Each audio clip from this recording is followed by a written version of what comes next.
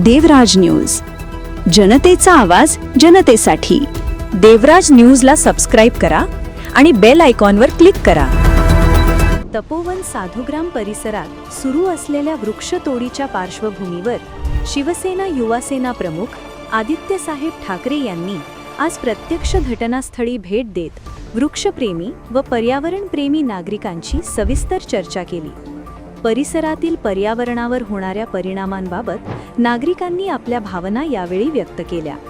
निसर्ग संवर्धन आणि पर्यावरण रक्षणासाठी सुरू असलेल्या या लढ्यात शिवसेना सर्वसामान्य नागरिकांसोबत खंबीरपणे उभी आहे।